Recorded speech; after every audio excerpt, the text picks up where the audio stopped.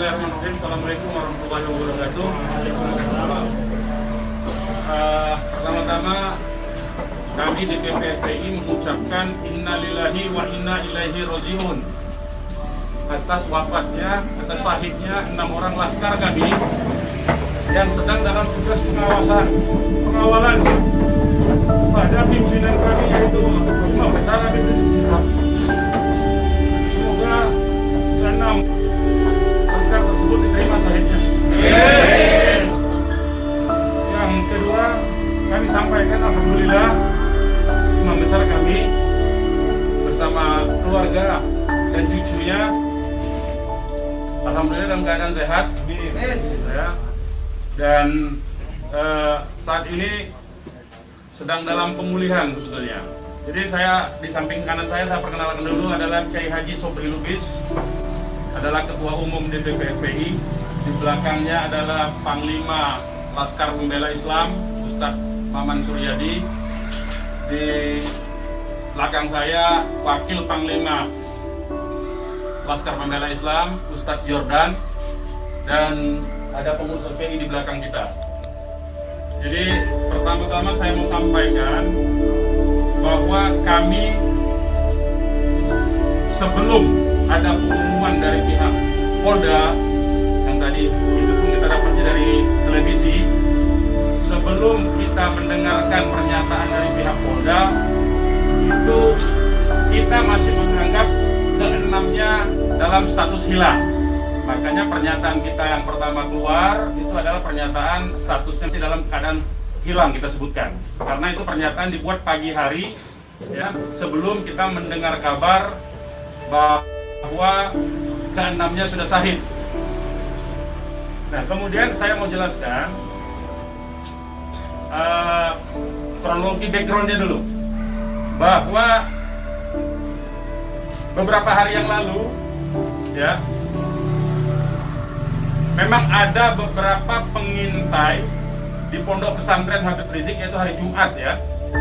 Hari Jumat itu ada beberapa pengintai yang ditugaskan oleh institusi resmi negara. Ya, saya tidak mau sebut. Oleh institusi resmi negara yang ditugaskan mengintai 24 jam.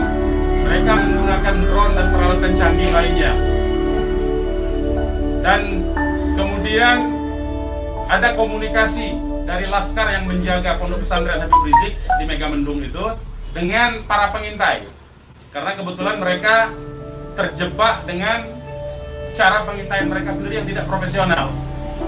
Ada komunikasi antara laskar penjaga markas Syariah Megamendung dengan para pengintai. Ya. Ada 3 orang yang berhasil dikomunikasikan dan kita mendapatkan semua data-datanya. Ya, data-datanya kita dapatkan semua, identitasnya kita dapatkan semua, dan ternyata pengintaian itu bukan cuma terjadi di Megamendung, di lokasi Pondok Pesantren Habib Rizik, tetapi juga di Petamburan sini. Posisinya di sebelah sana. Ya, posisi para pengintai. Ada foto-fotonya kita dapatkan. Kemudian juga di Sentul yang sempat dilakukan aksi demonstrasi. Artinya yang saya mau sampaikan di sini, Habib Rizik sejak kepulangannya memang diintai 24 jam. Ada 30 orang. Masih di Sentul, 10 orang di Megamendung. Jadi kita sudah tahu sebetulnya. Ya, kita sudah tahu. Nah, setelah proses hari Jumat itu, beliau bersama keluarga meninggalkan tempat istirahat beliau, tempat pemulihan beliau yang tadinya di Megamendung, beliau pindah ke Sentul. Ya, pindah ke Sentul. Kemudian Ahad ya, malam, yaitu hari Minggu pukul 22.30, artinya lebih sekitar setengah 11-an ya. Setengah 11 sampai jam 11 malam. Beliau meninggalkan lokasi dari Sentul untuk menuju ke tempat pengajian keluarga inti. Saya mau sebutkan pengajian subuh, ya, pengajian subuh keluarga inti. Jadi tidak melibatkan pihak mana-mana pun juga. Dengan 4 mobil keluarga. Di dalam mobil ada istri beliau, ada anak dan ada menantu. Artinya ada perempuan di dalam mobil itu. Dan ada cucu beliau. 2 orang masih bayi, 3 orang balita. Ya. Jadi di rombongan Habib Rizik itu ada balita, ada bayi dan masih belum 1 tahun dan ada balita. Itu yang saya mau tegaskan. Jadi ini adalah perjalanan keluarga biasa. Beliau mau melakukan pengajian keluarga saja, karena biasa pengajian subuh keluarga. Ya. Nah, di dalam perjalanannya lebih kurang pukul 12.30 atau setengah 1 malam, rombongan beliau dengan dikawal. Beliau menggunakan keluarga menggunakan 4 kendaraan roda 4 dan dikawal oleh 4 mobil juga oleh laskar. Ya. Nah, di dalam perjalanan ada orang yang menguntit sejak dari keluarnya beliau dari Sentul itu. Ya. Terus dikuntit dan akhirnya para penguntit ini berusaha memotong, entah apa tujuannya. Kita sebut karena kita tidak tahu apakah dia petugas resmi atau bukan, karena dia tidak berseragam, ya. Harus disebut tidak berseragam. Ini orang-orang tidak berseragam. Berusaha memotong rombongan, ya, dan menyetop kendaraan. Nah, para pengawal tentu saja bereaksi untuk melindungi, ya, untuk melindungi Imam Besar Habib Rizik Syihab. Itu reaksi normal, karena memang mereka bertugas untuk mengawal. Reaksi normal. Yang patut diberitahukan kepada teman-teman pers semua bahwa fitnah besar kalau laskar kita disebut membawa senjata api dan tembak-menembak. Fitnah itu. Laskar kami tidak pernah dibekali dengan senjata api. Kami terbiasa tangan kosong. Kami bukan pengecut. Jadi fitnah, dan ini fitnah luar biasa, pemutarbalikan fakta dengan menyebutkan bahwa laskar yang lebih dahulu menyerang dan melakukan penembakan. Kalau betul itu coba dicek senjata apinya, nomor register senjata apinya, pelurunya itu semua tercatat. Cek saja, silakan dicek. Pasti bukan punya kami, karena kami tidak punya akses terhadap senjata api dan tidak mungkin membeli dari pasar gelap. Ya, jadi bohong sama sekali. Apalagi di FPI, di kartu anggota FPI dan kartu anggota LPI disebutkan bahwa setiap anggota FPI dilarang membawa senjata tajam, senjata api, bahkan dan bahan peledak. Itu dilarang di kartu anggota kita punya. Ya. Nah, jadi upaya-upaya memfitnah, memutarbalikkan fakta hentikanlah. Ya. Hentikanlah. Nah, kemudian kejadiannya, ya, kenapa kami menyatakan laskar kami dalam keadaan hilang? Karena memang kami belum tahu keberadaannya di mana. Itu membuktikan bahwa mereka dibunuh dan dibantai. Ya. Kalau sejak awal tembak menembak itu berarti dia tewasnya di tempat dong. Tewas di tempat pasti banyak. Semalam saya sendiri sampai jam 3 sudah ngecek dengan teman-teman yang di lapangan, tidak ada jenazah di situ, tidak ada keramaian di situ. Yang ada justru petugas aparat setempat yang ada di lokasi yang diperkirakan di sekitar pintu tol Karawang Timur. Ya, tengah malam itu saya suruh cek. Begitu saya mendengar ada berita terjadi ada laskar kita yang ditembak, kita suruh cek ke pintu tol Karawang Timur. Ternyata tidak ada mobil laskar di situ. Mobil laskar tidak ada, jenazah tidak ada. Kalau itu memang tembak menembak dan tewas di tempat, itu pasti ada jenazah di situ.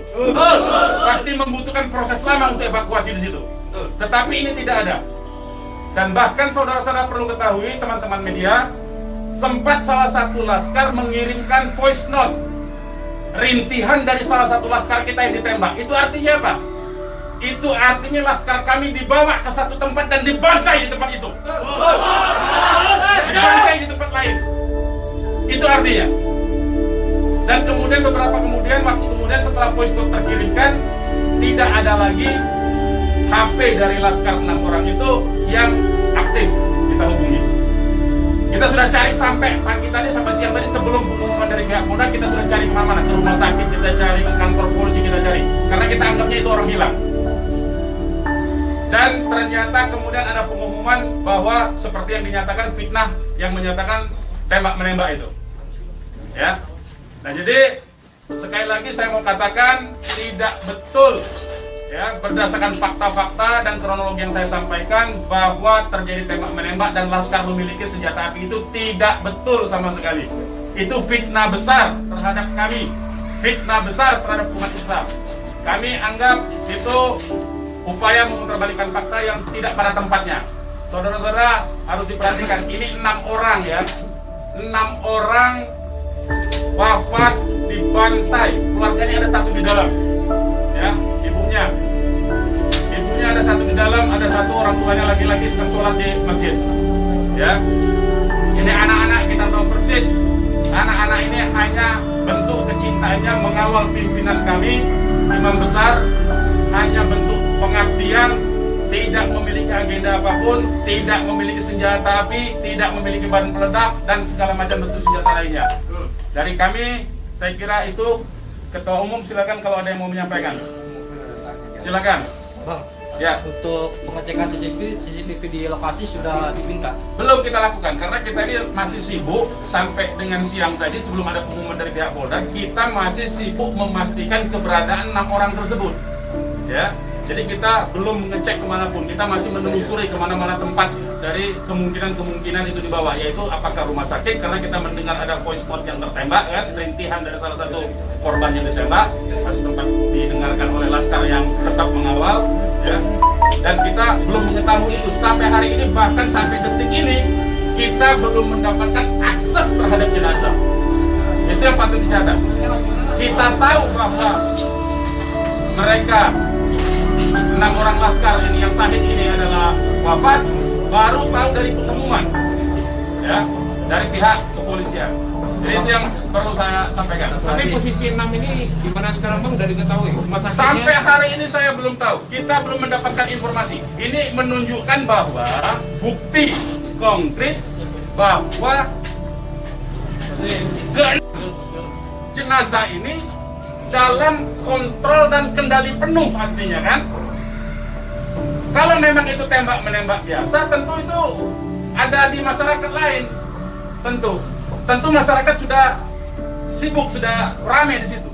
Ini sampai sekarang ini kami tidak mendapatkan akses di mana keberadaan jenazahnya, ya, kondisi lukanya di mana tembak menembak, berapa lubang pelurunya, kami tidak tahu. Hanya satu-satunya sumber informasi, baru bahwa dinyatakan bahwa tewas. Ya. Bang, untuk yang 4 orang Bang, penjelasan yang Bapak